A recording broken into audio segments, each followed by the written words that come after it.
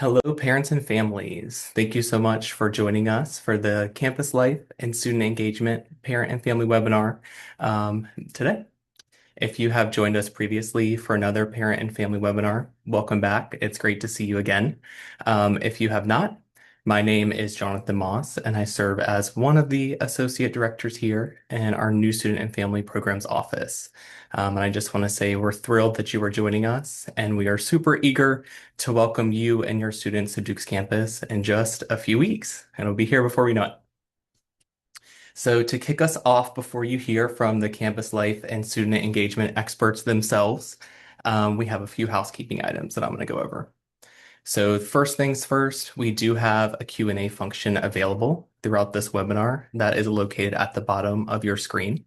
So if you have any questions throughout, feel free to go ahead and pop those in that Q&A function.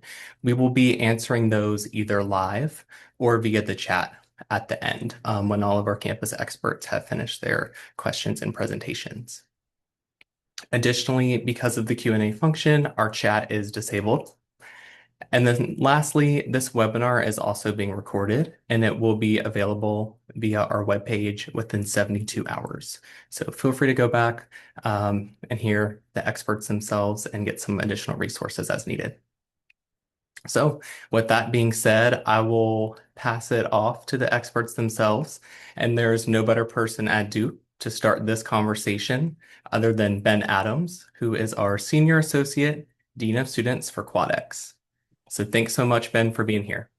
Awesome. Thanks, Jonathan. And thanks everybody for joining. We're thrilled to have you and to spend a little bit of time with you talking about campus life. I'm a Duke grad. I graduated from Duke in 2008, and so that's the shout out from Jonathan about expertise is just the alum factor because my colleagues that I'm joined by are far more the experts in the profession and making sure that your students have the best possible holistic educational experience, big umbrella experience of an education while they're here at Duke. So, to tell you a little bit about my portfolio, and then I'll pass it off to my colleagues to introduce themselves and introduce their departments. I work alongside a few different departments here at Duke. One of those is New Student and Family Programs, who host these and helps to transition your students here to Duke, not just the incoming first year class, but also transfer students.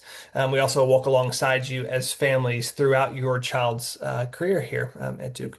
I also have the privilege of working alongside Anna and her team in student involvement and leadership. She's going to tell you about what they do in a second. And then the person who I'm attached at the hip with is my colleague, Allie Harrison, who's in Res Life. We work alongside closely together to make sure QuadX is available. Marcella is representing the CMA and works alongside a wide range of students here at Duke, but also has a unique perspective of representing tonight, not just the CMA, but giving us insight into how we serve a broad range of students through all of our identity and cultural centers. And so while Marcella is the newest to the team, she brings a depth of knowledge, and we're thrilled to have her here. So I'm going to pass it off to Marcella. Let's go kind of in just this order of Marcella, let's start with you and then go Anna and Allie. And just the first question is great to share who you are, how long you've been at Duke, and then tell us a little bit about your department and what they offer to students while they're here at Duke. Absolutely. Thank you, Ben. Good evening, everyone. My name is Marcela Torres Cervantes. I use she, her pronouns, and I'm the newly minted director down at the Center for Multicultural Affairs. I have been here since February, so I consider this incoming class to be my peer class because we will be brand new for the fall semester. So excited to get to know them and be in collaboration with them. As Ben mentioned, I do work as a part of a community of offices. So it's the Center for Multicultural Affairs, as well as the Mary Lou Center for Black Culture, Muslim Student Life, Jewish Student Life, the Women's Center, and the Center for Gender and Sexual Diversity. So it's a lot of words, but essentially we call ourselves the ICC, or the Identity and Community Centers here on campus. We support students in the areas of advocacy, identity exploration, and community building in various different ways. To start off with the CMA, our mission is, or the Center for Multicultural Affairs, also lovingly known as the CMA, is where students can find themselves in their community through curiosity and collaboration. So we do all things cultural, ethnicity, racial programming, such as a block party, Cultural and Heritage Months. We celebrate Latinx, Indigenous, Black, and Asian Pacific Islander Heritage Months here at Duke. We have programs for leadership, such as the Strong Armstrong ambassadors. And then we, hopefully in the next 4 years, we can celebrate your student at multicultural graduation. In addition to that, our other identity centers, I can highlight a couple of their programs. So Jewish Life at Duke is to empower students to learn and grow intellectually and spiritually. And so they inspire and nurture personal paths to Jewish identity and to cultivate community and friendship. I've been lucky enough to attend some of their trainings as someone that doesn't identify as Jewish. I've learned lots from these past couple months. And I think that's a highlight that you'll see from all these centers. They have specific groups that they are working with, but that doesn't limit them as far as that reach that they have. They've been able to integrate themselves in housing and food and different programs. So we genuinely invite your students to join and participate. Switching over to the Center for Muslim Life, they foster an environment where Muslim students can thrive while enriching campus and understandings of Islam through meaningful engagements with students and alumni of all backgrounds. So it's really been neat to see how, especially the CML, works with the community at large, and really make sure that everyone understands when Ramadan season is happening, when Eid happens, different celebrations. They're great partners in our work. The Center for Sexual and Gender Diversity is located in the Bryan Center along with us. The Bryan Center is kind of the student union on West Campus, so a lot of the people can come by. They're great. Even something as simple as going to get a snack. The Center for Sexual and Gender Diversity are your people, or the CSGD as we call them. So they strive to achieve an inclusive campus climate for students, faculty, and alumni of all sexual orientations, romantic orientations, gender orientations, and gender expressions. So very welcoming and open space, and a lot of folks just host different events there. Then we have the Mary Lou Williams Center for Black Culture, and they foster a safe and affirming community that supports the diverse needs of Black identified people. Again, they do a huge job of having different celebrations and feasts. They do an on the way ceremony, Black History Month lecture. So you'll hear a lot of them when it comes to different programmings throughout the year, and very affirming, welcoming space. And finally, the other center that is also in the Bryan Center is the Women's Center. They promote and support and engage with women, femmes, student groups, stakeholders, and to build a great center of intersectionality and opportunities for all genders. They do really great programming, such as a reproductive justice conference, Wind Down Wednesdays, and different opportunities to table and be in community. So again, the ICCs are here to support your student in their either expression of themselves, expression in learning the community around them, and really give them a well-rounded experience. So thank you all so much, and I'm happy to answer any questions as we move forward. Awesome. Thanks, Marcella. Just to kind of echo Marcella's work, it's certainly they champion the needs and the expressions of the students from a wide range of backgrounds, but their program is open to everyone, and it's just a rich environment, inclusive of all communities, and a fabulous array of Senate centers that are there.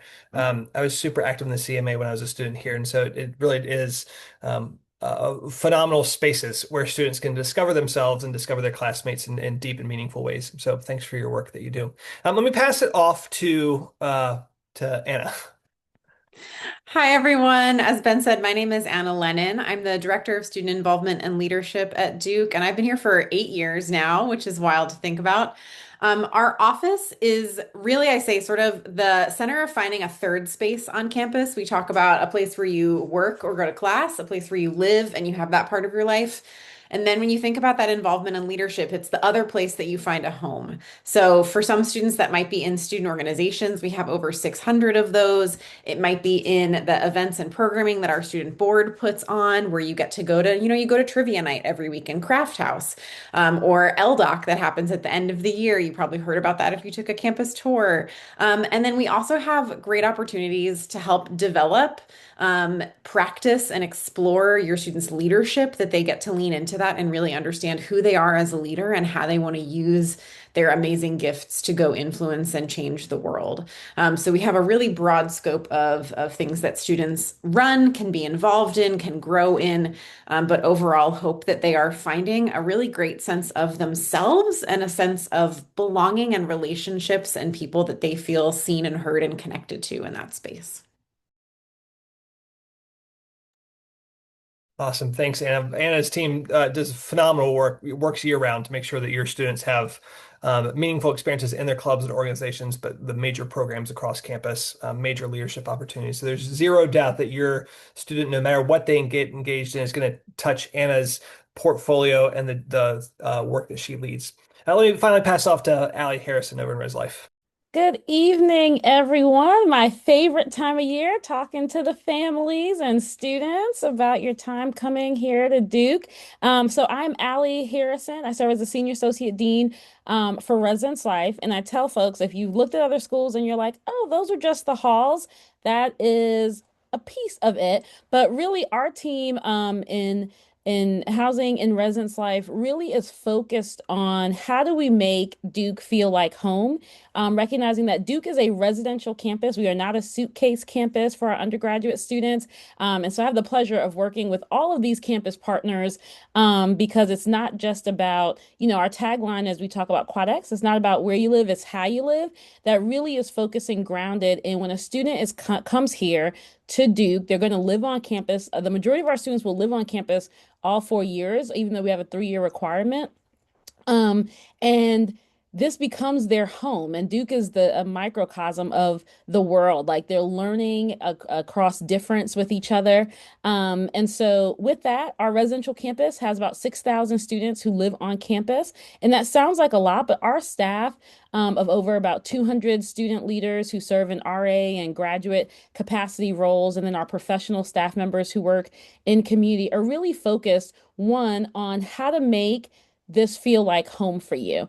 This is not our residence halls. We don't view them as a place that's like, yeah, I just come, I sleep here, I don't know anybody. A core of the work that we all do is about being in community, how to feel students feel a sense of belonging. How do they feel like they have opportunities to be engaged, whether that's residentially or with any of the other opportunities you're going to hear about tonight with our amazing campus partners? And so our staff really serves as a conduit to help get those students connected with various campus partners or things within the residential space.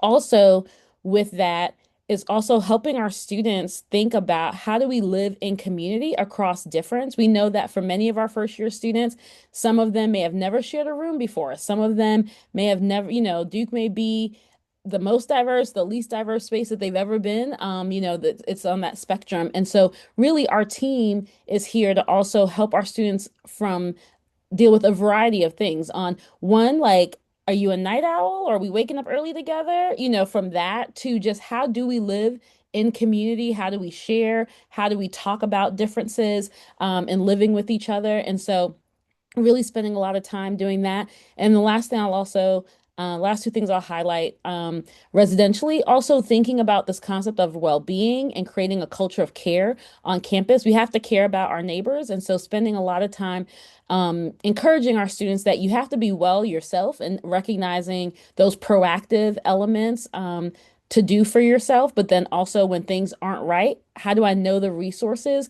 And so while there is always a staff member residentially that a student can go to, really our team is helping to say it may not be us, but maybe you know someone in Marcella's office and Anna's office that can connect with you. So you are finding your people here at Duke. And so this is my 5th academic year here at Duke. So I tell people I'm going to start over with this new class and say I'm a first year because now I just sound, like a 5th year senior, but which is fine too. But I'm just going to say, I'm new, but bring my new card back out. But yes. Awesome. Thanks, Allie. You talked a little bit about aquatics, and so I kind of want to pivot into the the pillars of QuadX. QuadX is our residential, it's our living and learning model for families. You don't really need to know too much about it. Basically, the comparison I like to make with folks is it's kind of like our operating system. If you've got an iPhone, iPhone is the shiny experience that we present to students. QuadX is the iOS. It's the behind the scenes thing that just kind of makes it all work. It makes it user friendly. And so it's a lot of coordination behind the scenes. But three of the three pillars of QuadX are really belonging, engagement, and well-being. Those are the three things that we center ourselves on throughout our time at Duke. So my first question that I'm going to open up to anyone, I'd love for a couple folks to answer. In fact, all of you can answer, is really when you think about belonging, when you think about engagement or like leadership or kind of involvement of some sort, and you think about well-being, how does that look different at Duke, and what should parents be expecting for their students' experience? How does that look different at Duke compared to what it might have looked like in high school for them? This is kind of a big, large-scale question, but anybody can chime in and share a little bit more. Happy to jump in a little bit to start. I think one of the things when I think about that leadership and involvement and how students are being in a club or joining a leadership development area, right, is it's a little bit more ownership that they have of that than they might have in high school. So if you think about a club that they had in high school, there was a high school teacher usually or a coach that might have been the advisor. And there's probably some boundaries around that. They still did really cool stuff. It was great. They loved that experience. Some of your students may have done really world-changing stuff. And in the college world, we're looking at them getting to own more of that experience than they might have before, right?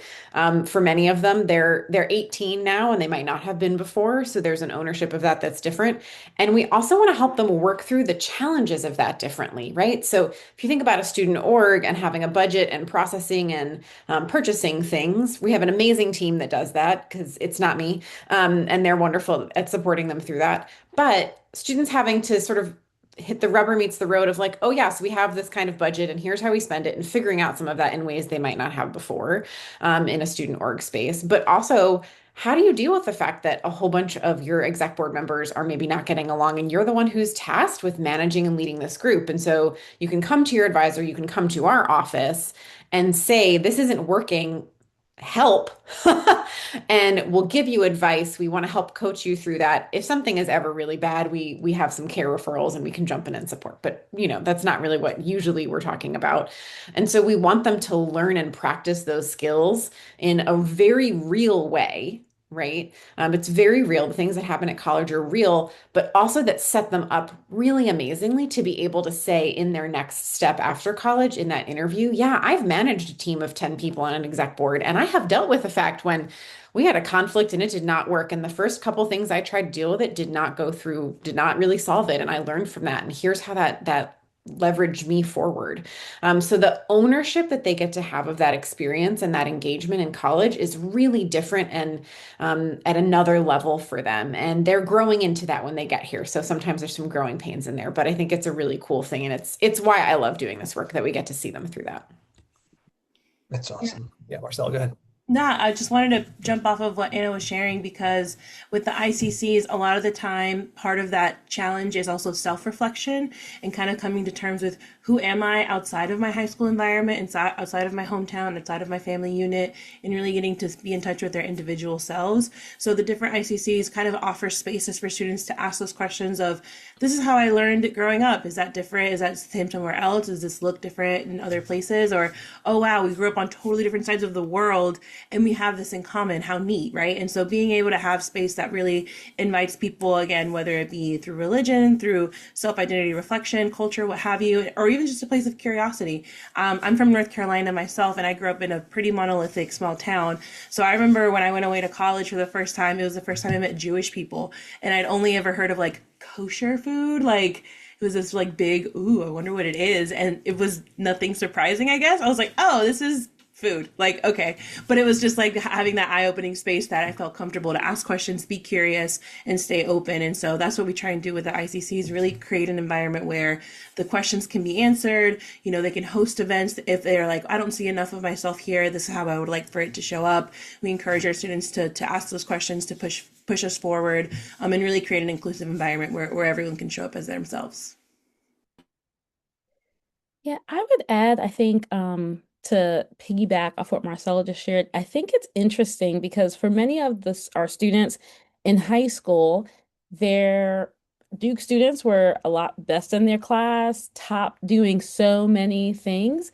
And then when they come here, we actually like you may have been a varsity swimmer for all 17 years of your life, starting to swim out year one, right?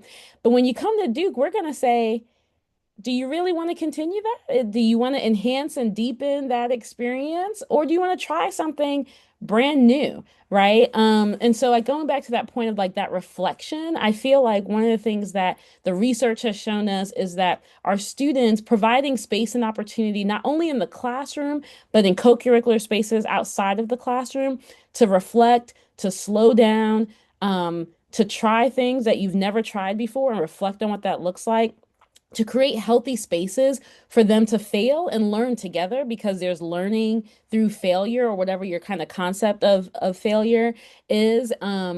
and we pride ourselves in wanting to be that supportive net for our students when they're here. And I think that looks a little different in many high school spaces where it's like the checklist, I have to be the best in order to continue with, whatever. And we know many of our students here at Duke are going to continue on to pre-professional programs and doctoral and all other kind of research and things. And so, but within that 4 year time, we want them to stop and take in all that Duke has to offer. So I think sometimes this concept of slow down, you don't have to do 20 things, is different for our students. And I think like junior, senior year, they get it, but many of the first years are like, y'all don't know what y'all talking about. I'm going to try to continue with my 20 things and start my new club, even though we have 700 already. And we want to be there to support that. But those are one of the things that I would note that I think that we try to prepare families and students for when you get here, that you're going to hear that messaging and it may be a little different than what you've heard in like your first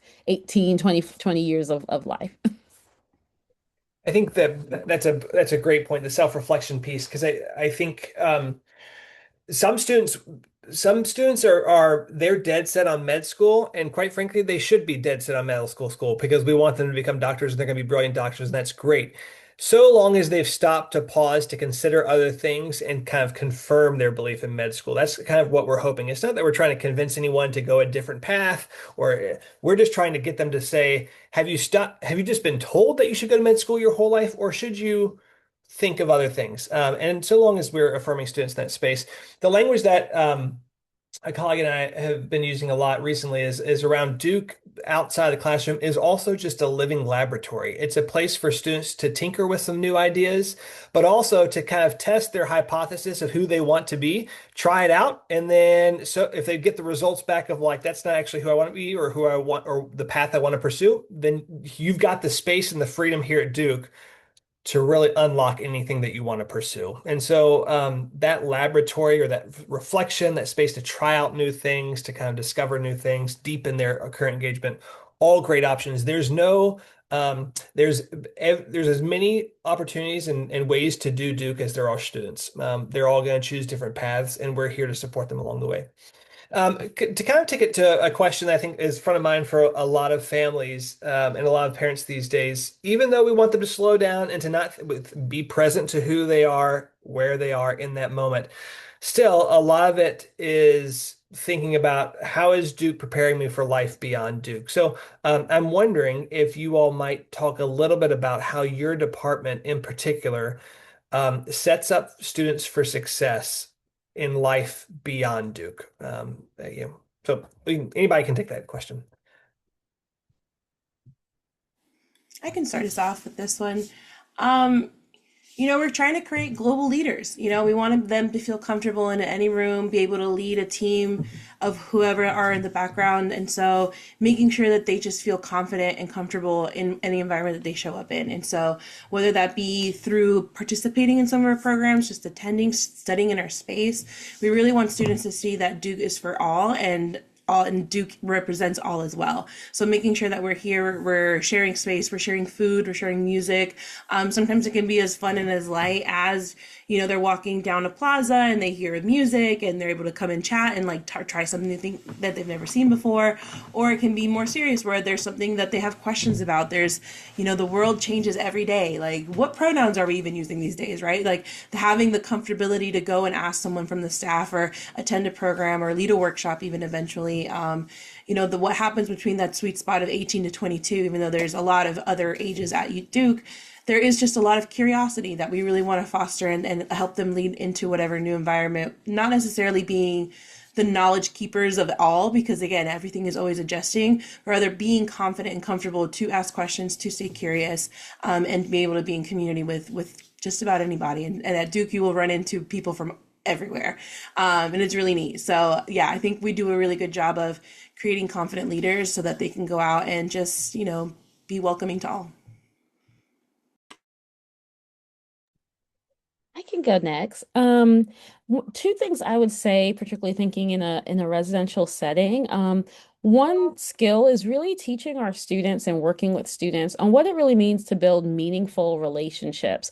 And we do this and role model this with our student staff and how they then work with the residents. On our first year campus, an RA has about the ratio is about 1 to 25 students, and their role is to get to know their 25 students and then connect them to the greater community in their sister building, and just making sure that they're connected. But a big piece with that we tell our RAs and we hope to role model is that you're not going to build relationships just like, oh, I saw this person in the hallway. I asked how they were doing, and I'm assuming they said fine, and I'm just, going down. I only saw this person because we brushed our teeth in the communal bathroom together. And so our student staff is tapped with sitting down, taking students to coffee, stopping by, having in-depth conversations with students, asking the tough questions that other people may not be asking. So after the first 6 weeks, every first year student this year will be asked, do you feel connected on campus? Do you feel, and whatever connection means to you, we can't create what it's supposed to be, but even just being able to stop and say, you've been here about 6 weeks. Do you feel like you have a person to talk to? Do you know an upper class student? And that will then, our hope is trickle then for our first year students to also then think about how do they role model that with each other? How do they do that as upper class students? Because like I shared earlier, another big piece is thinking about creating that culture of care, which connects to the well-being Quad X pillar, is that we want our students, we want to normalize not just the utilization of resources. I think Duke, we have a plethora of resources, and there's going to be websites and more webinars on that. And our students will know where those things are. But what I've appreciated about being here at Duke is like our students will refer other students and say, I had this conversation with my friend and I need help to figure out how to help them, right? And that's powerful, because with our large campus population, as administrators and even as student leaders, we're not going to see everything. And I think that translates, as we then move, as they go to life outside of Duke and being global leaders, they're going to lead then with empathy. They're going to lead with care while still handling the business in whatever field that they do. But that Duke difference is going to be connected to the type of leader that they are, building cultures that are centered on care and ongoing learning and really thinking about being relationally driven, I would say. I love that centering the community of care, Allie. I think it's I'll come back to it on the second half of my answer to this. The first piece of this that I think of is really at a base level. There are so many things and places where students can find that connection and belonging. We want your students to feel seen as a whole human, right? Like the things that they are interested in and make them want to nerd out, the things that give them joy on a Friday or Saturday night, the ways that they get to laugh and engage, that the student orgs and the events that we put on in that space from our office are a space where they can find that belonging and true sense of someone knows I'm here and sees me for who I am, right? That is a key piece of being successful anywhere for any of us. All of you and your jobs probably care about that, right? And so that's a base level that we help establish in the involvement and leadership space. And then on top of that, I think one of the things that I often talk about and why I care about the work that I do is that I want any student that works with me and the spaces I manage and help operate, I want to help and hope that they are a better human on the other side, right? That they have had a conversation, they have been through an experience, they have reflected and learned that they are a better human for that experience. And that to me is what we're launching them forward to after Duke, right? That community of care is part of what might be them deciding that it's a better version of themselves. It might be, I'm going to be engaged in my local town council, right? That's not what I want to do for my career, but I know how to engage thoughtfully and have crucial, critical conversations because I practiced that in college, and I'm going to go use that after this, and make my world a better place, right? And so a lot of the skills that our students get to practice just because they're doing something for fun and joy and belonging in the 4 years in this space are also things that give them that extra oomph outside, right? That I always hope is the Duke difference that we're giving them and that extra lift up.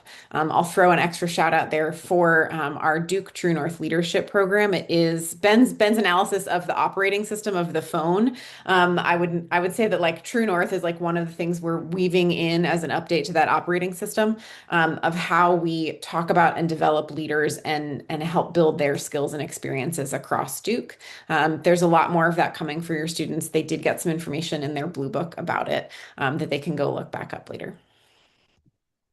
I think, I mean, one of the common threads among all three of you, and I think this is so true, is that everything we do is an intentional decision made to set your student up for success, even down to like starting at the very beginning. Alec, correct me if I'm wrong, but we still don't allow for, or we don't allow for people to choose their roommates freshman year.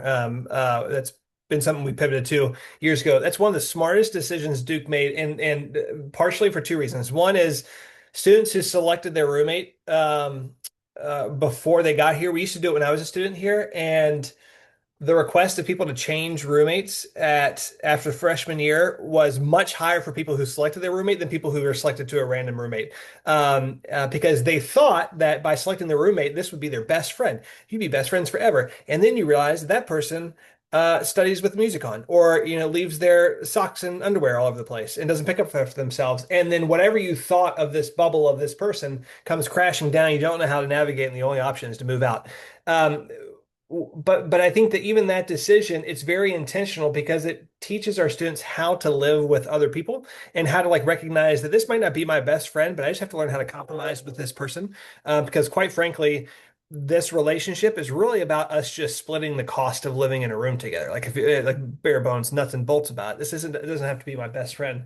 But that's a life skill that I think sets people up for success for navigating working relationships at work, or working, living in an apartment building with people, neighbors who you don't necessarily agree with. You learn how to navigate spaces better as a result of having had that experience at a place like Duke. So that's just one glimpse into, and Marcella could say the same thing for decisions made in CMA and ICCs. Anna could say the same thing for decisions made with orgs, and clubs and large scale events, and teaching students how to navigate hard budgets and giving them $1 million or whatever it might be to run a large scale event. That's a big ask of an 18 or 22-year-old. But it's going to set them up for success in the long run, and we're very intentional about it. The last question I'm going to ask, and then we're going to punt to parents for the last 10 minutes or so, is what tip do you have for parents? I like to just ask this question at all of these. What tip do you have for parents in helping them coach their students from afar next year?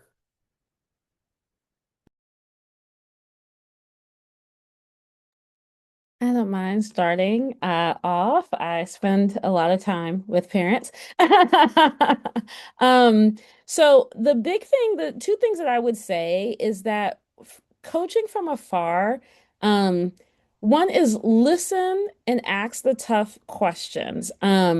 Your student is going through something, whether you're a Duke alum or alum of any school or first generation, they are going through their own unique experience. And so when they do call or speak to family, um, just listen to what they're going through is one of the biggest pieces of advice that I would say. But then also as a parent and family member, um, and I don't know if we actually have like a bank of questions to suggest to give to families. If not, maybe I'll put that on a list one day and do that.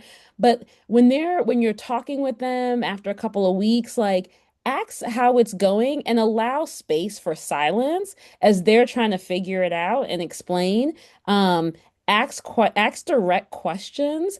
Also, when they're coming back and telling you maybe about, things are going great, or I found my best friend, or I'm not as connected, listen to whatever that is, but then make sure you're following up with some questions around, those experiences. And then the other side of that, things that I think proactively, as we think about the term, coaching them through this experience, is that particularly on the residence life side, like we engage with families a lot after your student has called because the world is ending. Something is not right. It is not what they thought it was going to be. So I spend a lot of times with parents and families on the phone about those types of things. And the biggest thing, advice that I share with them is one, what have you heard? And if your student is calling to tell you about something that maybe is not in alignment with what you think is supposed to be their Duke experience or for them around their Duke experience, walk them through options, right? And a lot of times I always tell families like, ask them, have they talked to an administrator? Have they talked to an upper class student? Have they talked to their RA or whatever it's connected to? There's an office that it probably connects to that. But one of the things I will say, student affairs, even though there's a lot of different offices, we all know each other. So as long as they talk to if a person has a housing issue and calls Anna, she knows my cell phone number, right? So it doesn't even matter sometimes the office, just telling a student, helping them understand is who at Duke can you talk to, whether it's your academic advisor, a faculty member, like get them and encourage them to speak to someone about it. I also encourage families proactively when you are getting talking to your student about maybe something that's going on here, set timelines for them. I talk to a lot of families who will call me in November after Thanksgiving and had some conversations, and we are like, this happened in August. And I'm like, okay, did they talk to anybody in between this? So I encourage you as you're hearing stuff and you're giving them suggestions, encourage them because we also know with this current generation, sometimes there's some conflict aversion to things. And so encouraging them, hey, by the end of this week, have you done this thing? Or if you're in class, and the same thing, like if I'm trying to make friends, what resources do you know? Because they are being educated on these resources, right? So asking them what they know, what resources they can pull, and helping them set up that plan of action is going to be important. So sometimes it may not be an issue, but sometimes it's just like, hey, I want to try to do this differently. I want to get involved in the club. I want to make more friends, or this is not going right. So ask them those questions about what they do know. What have they tried? Who have they talked to?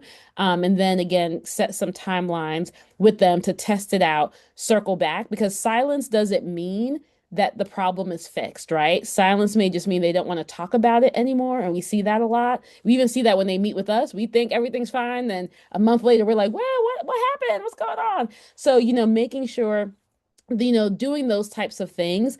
And also the last thing I would just say is you're coaching from afar. And I say this any time I'm in front of parents and families that we are a team with you in this. Like we work in higher ed because we love your students and we recognize that they are one of the most important things that you're gifting us the opportunity to help you and them with this journey of allowing them to come to Duke, and regardless of how far away they may be from home. So know that when you engage with us, our starting point is to be partners with you in this experience and to figure this out, not make it as complicated to the best of our abilities. And know that that is always our starting point. So when in doubt, know that as you're trying to coach your student and all that stuff, that you can also, reach out to us and see how we can best support and help you engage in how you can also help your student. Happy to jump in and share one of my pieces of advice. And I think there's some layers of that. Allie, it was perfect. You went right in there first. It was great. There is a lot of noise at college all the time about what quote unquote everyone is doing. And everyone on here is nodding because they're like, yep. And your student will probably tell you everyone is getting into this club. Everyone is taking this class. Everyone's getting A's. Everyone's getting invited to something, right? And maybe they are part of that everyone one time and not part another time. But what I would say is that coaching piece is a little bit of who is everyone? Is it actually everyone, or is it the two people that are making a lot of noise about it over here? So it sounds like it's everyone. And asking some good questions to just help unpack that, because the reality is, I'm gonna tell you right now, it is absolutely never everyone. But the narrative and the noise around it can be that way. And I think the same thing happened, right? I mean, I even remember in college when I was like, we were job searching, right? Everyone has a job and I don't yet. You all probably have had those experiences yourselves that everyone, I promise you, is not everyone. But helping coach them to understand that and think critically and ask, like, who is everyone? Have you asked this person and this person you've talked about and this person you've talked about? And then the second piece of that is a follow-up of every year I talk with some of my seniors that we get to work with really closely. And one of them was the executive vice president for Ben referenced like $1 million programming budget for our $1.2 million programming board, right? A student org. This is the second in command student for this organization. He already has a really massively successful career lined up in like October, right? Incredible student, loved him to death. And I talked about some of this everyone conversation and these groups that supposedly everyone has to be in and all these things. And he was like, he didn't get into any of those. He didn't. And I'm telling you right now, he is so successful. And one of his biggest reflections was that he thought that was so important. And he realized in the end of his sophomore year and his junior year, it was not. But he needed hindsight to really fully understand that. And so there might be some help, some nice soft buffering to help coach them through that and support them if they're having that moment. But I really would love for more of our students to be able to see beyond the everyone noise and know that there's so many ways you can be successful. And for you all to help them open their brains and their eyes to think about the other ways that they can find those paths, that they think everyone is on this one pathway towards XYZ goal and that there's so many other ways to do it. And he still was thankful that that wasn't how that happened for him. But truly, every year we have students that get to reflect, like, I didn't find in this thing that I thought was going to be it for me my freshman year. And I realize now it was absolutely not going to be it. And I'm so thankful that's not where I ended up. I ended up in the right place for me. Yeah, I love this question because it invites the parents into the conversation. And I think just having a conversation is the best thing you can do, especially first gen parents. I've seen a lot of the time feel like, well, I didn't go to college or I didn't go to Duke, so I don't know what to ask, so I'll kind of wait. But I think you can push. I think they can definitely say like, oh, tell me about your classes. How are they going? Have you met with your professors, right? Really encouraging them to try something new would be really exciting that they may not know about. I think we have a lot of students who we talked about earlier, high achievers. They made it to Duke, but maybe they've never been challenged, or maybe they get a first bad grade, but they want to hide it because they're only used to bringing you the good stuff, right? And so, encouraging that it's going to be okay if something bad happens, right? Like, I still support you. It's going to be okay if you fail a class. I know that's like very like intimidating to hear, but I promise you, like, there are ways around it. There are ways that they can grow. But if they're just so scared to fail that they don't want to do anything and they kind of freeze up, that's when we can't reach them because we don't know. We don't know what's happening. And so if you can encourage your student that these are the 4 years to try and fail something. This is the best time to do it because you have an awesome team of people in us and hopefully an awesome team at home as well that are here to help them say, all right, what can we do different the next time? What can we change about that? What meetings do we need to have with advisors or with tutoring support systems? Or maybe what are you learning about yourself that you didn't realize before, right? Like maybe you did have your own room and it was quiet at home, but here all of a sudden there's just noise everywhere, right? Like how is that messing with you and you're not realizing it? Your allergies are different here, right? Like, what does that mean? Go to the doctor, right? Like having those things where the students just don't know sometimes because they hadn't had to think about it. So really like asking them just flat out, what's hard right now? They may just want to tell you, oh, this is going well, this is going well. Cool, cool. Anything challenging? What's been difficult? Just being able to like put that little like idea in their brain and then encourage them that they have the tools and the access. Something that I learned a lot in college that was very different from high school is closed mouths truly don't get fed, not because we don't care, but we just can't find everybody. So what we need is to have a student say, hey, I need help with this. We will run to them. But if we don't see that hand, if we don't hear that question, there's so many students to compare to staff. We can't just, check in on every single person. Although, Allie, shout out to housing. It sounds like y'all are going to be checking in the 6 weeks. But, it's just a matter of having them feel okay that not, to Anna's point, not everyone's having the best time. Not everyone is having, at least at the beginning. And so making sure to normalize that, letting them know that it's okay. Because, yeah, that's the norm. It's not the picture perfect Instagram version that maybe they've gotten used to seeing, the pamphlet version. It's their experience, but this is how they grow. And that's a good thing. This is the normal thing. We don't want the same students that walk in to be the same students that graduate across that stage. They're going to be transformed for the better. That's all awesome advice. I mean, I think that you all captured it well. I think the most common thing for our office is typically this can be unique by student and vary from student to student, but a lot of times parents, typically when we get a phone call, the parent has heard the bad news, the worst of the news, and the student never followed up to tell them that got resolved or to tell them that wasn't that big of a deal. And so it sounds like a bigger deal over the phone to you as the parent than it does for us. And then we talk to the student, they're like, oh, it actually wasn't that big of a deal. So just a heads up, asking follow-up questions is really important. Having a little bit of a plan of action of just saying, hey, let me check in with you in 48 hours and see if you actually did that thing that you said that you're going to do and see how it sits. You're probably receiving, and because you're in this new place of distance from your student, it feels worse because you don't see them every waking moment, or every day to do that. So just know that you're probably, in some cases, you're probably receiving the worst of the news, and it's actually better. So I would encourage you to ask students like what's going really well, because for that one complaint that you might hear, there are probably 10 things that are going really well in their life at Duke, but you might never hear that because you're their safe space, and you're who they're talking to about those concerns. So just keep that in mind. That would be my number one tip. That's all the scripted questions I have. So I'm gonna invite Jonathan to come back on and guide us and see if there's anything in the Q&A, lead us through some questions, and we'll be happy to take your questions in the Q&A function down below. Perfect. Thanks so much, Ben. Parents and families, this is your time. I know that you all have questions. We've got three lovely experts here, Anna, Ali, and Marcella. You just heard from them. I want to say thank you to the three of you all. Thank you, Ben, for also leading the dialogue. So you have these experts here. Go ahead, throw those questions in the Q&A function located at the bottom of your screen. Taking a look. All right, Anna, we've got one for you. We have some parents and family members interested in how their students can apply for different clubs and orgs, and what is that process like? Yeah. So, like I referenced a little bit, there's about 600 different student organizations at Duke. That number fluctuates a little bit every year, but roughly we fall out at about 600, which is a really amazing set of opportunities and things to explore for your students. During the first week of classes on Thursday on East Campus, there will be a giant fair with those student orgs out there. We don't even have all of them because they just can't all necessarily make it.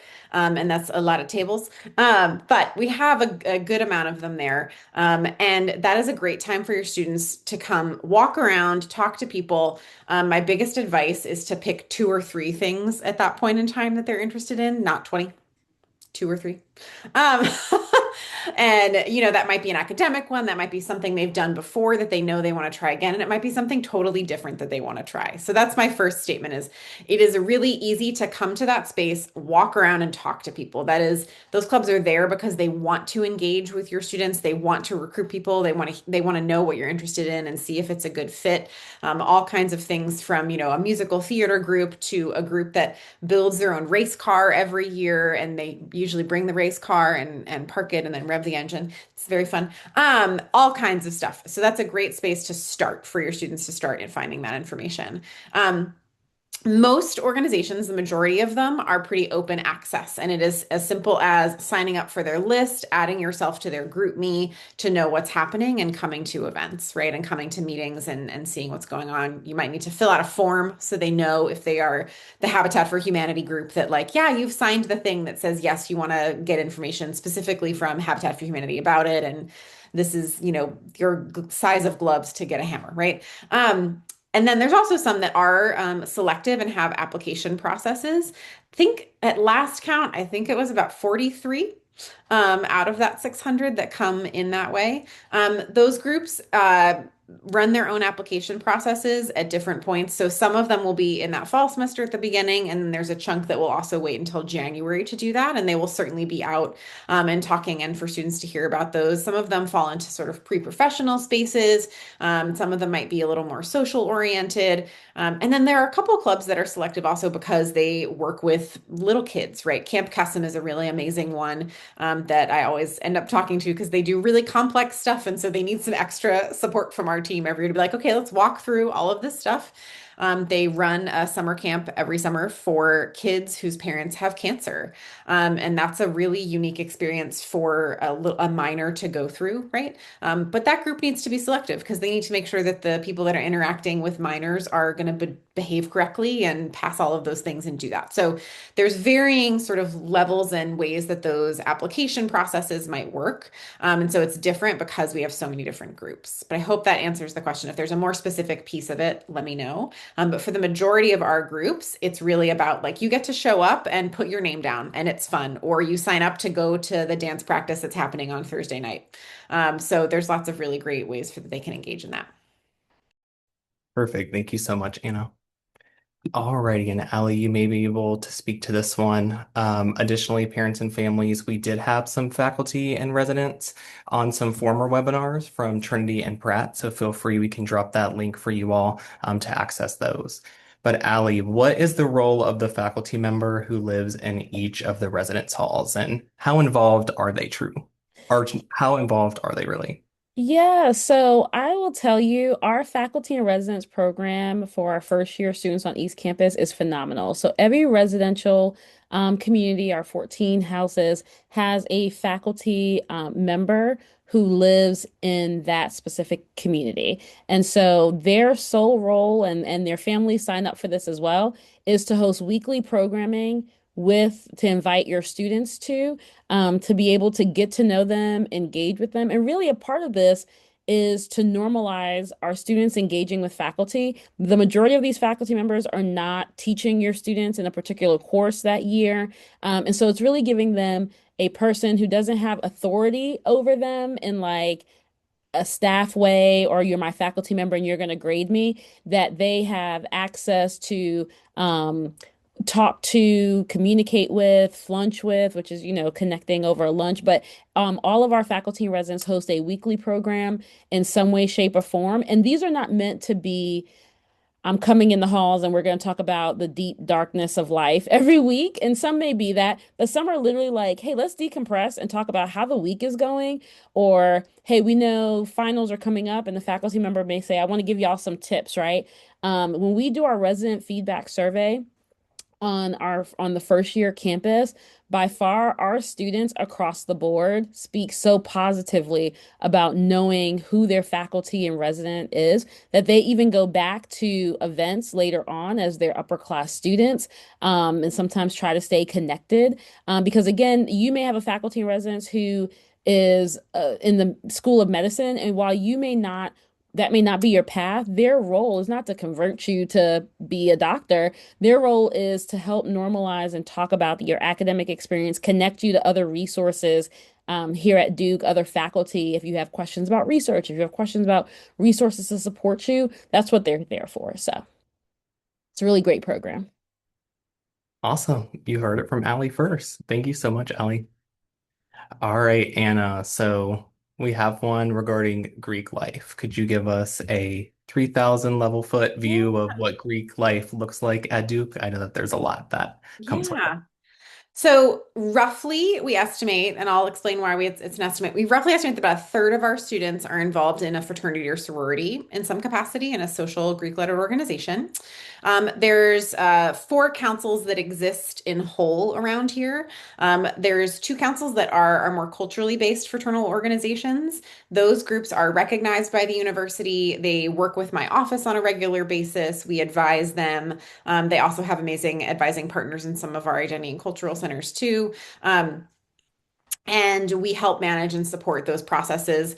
For those groups, the way that they do recruitment or intake process is a little more individualized. And so it might be that, if Jonathan is a member of one of those organizations and him and Ben are talking, and Ben's like, Jonathan, this stuff sounds really cool. Like, how do I get to know that a little more? Like, you're really great. I love the stuff you talk about doing. I see the service your work does. That sounds great, right? So there's not one large formal process for those organizations that we advise out of our office.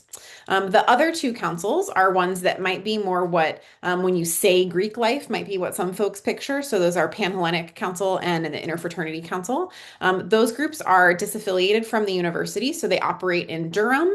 They have advisors from their national orgs that help support them and structure that. And obviously, if those individual students have questions, we support them too, right?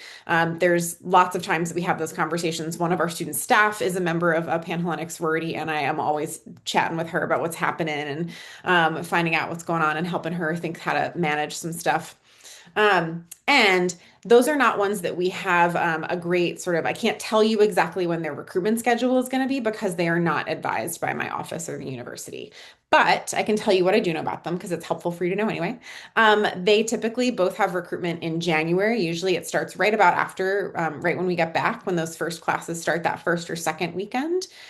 Generally for Panhellenic, they will do that online a lot because there's just not a big space for, thousands of women to be in one space together. They don't have that space easily off campus. And then for the fraternities, it's happening in person, but it's by chapter events, right? So those individual organizations. So I would say if you want to know more about those directly, if you just search Durham Panhellenic or Durham IFC, you can find something about those usually.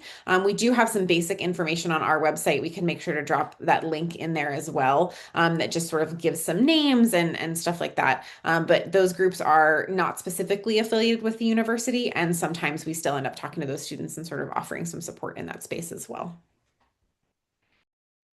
Perfect. Thank you, Anna.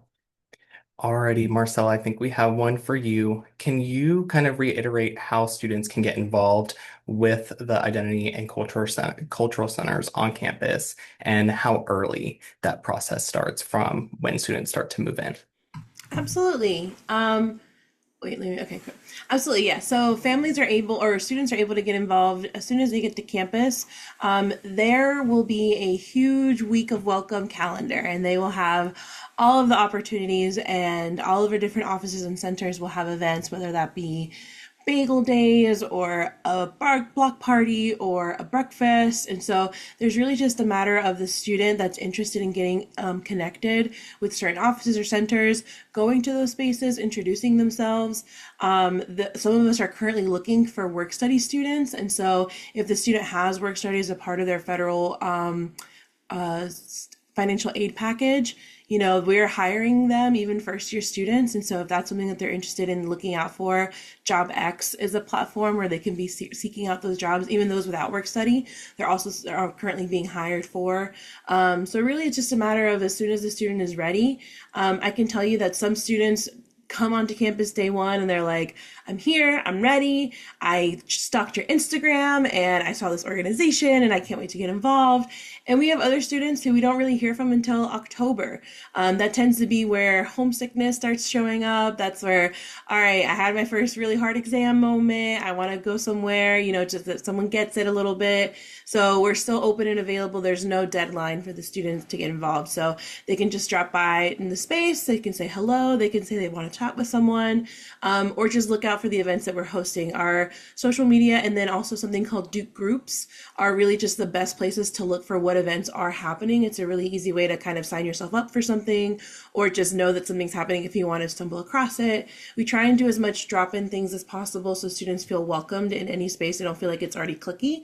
But we also, invite them to really seek out the opportunity that is curious to them or something that feels familiar if what they're looking for is that. So yeah, they can get involved as early as day one or really on the last day of classes. They're more than welcome to still step in and say, hi, I had a rough year. Can I come chat with someone? Right. So we're like, yeah, absolutely. So yeah, whatever the student needs, and you as a parent as well, if you during your move-in day want to say, hey, let's go check out where these identity centers are, let us know. We'd love to have y'all in our space, and welcome you back whenever.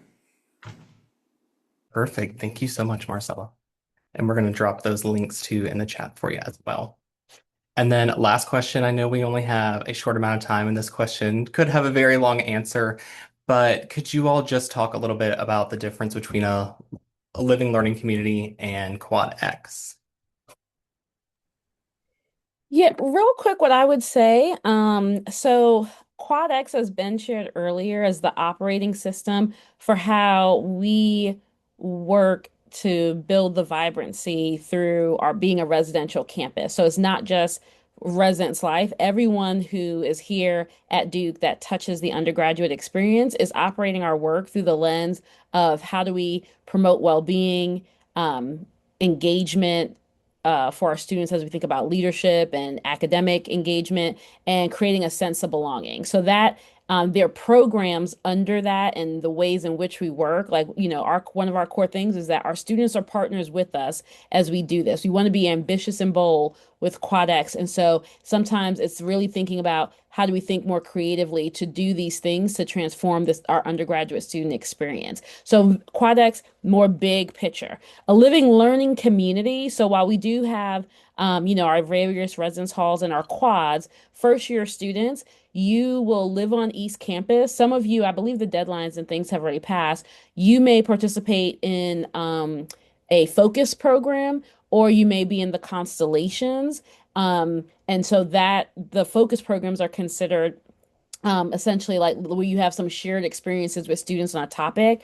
When you transition to your sophomore year, you are able to potentially apply and consider living in a living learning community. And those are smaller communities with no more than not 500, 50 students who live in close proximity, not necessarily just the floor together, who have a shared interest. So you may be really interested in entrepreneurship and innovation. So you may consider wanting to live in the Cube Living Learning community. So while you're in a quad, that living learning community is connected in that respective quad. So you'll have some special programming that occurs. You have our living learning communities have a faculty member and staff advisor for those particular programs. So nothing that first years are able to do right now, because that would be connected to your sophomore and junior year living experiences. Wonderful. Thank you so much, Allie. And again, with that, we are at time, but thank you again, Anna, Marcella, and Allie, for your expertise and your knowledge. Thank you, Ben, for leading the dialogue. And parents and families, we hope to see you next Thursday for our campus safety webinar. See you all next time. Take care.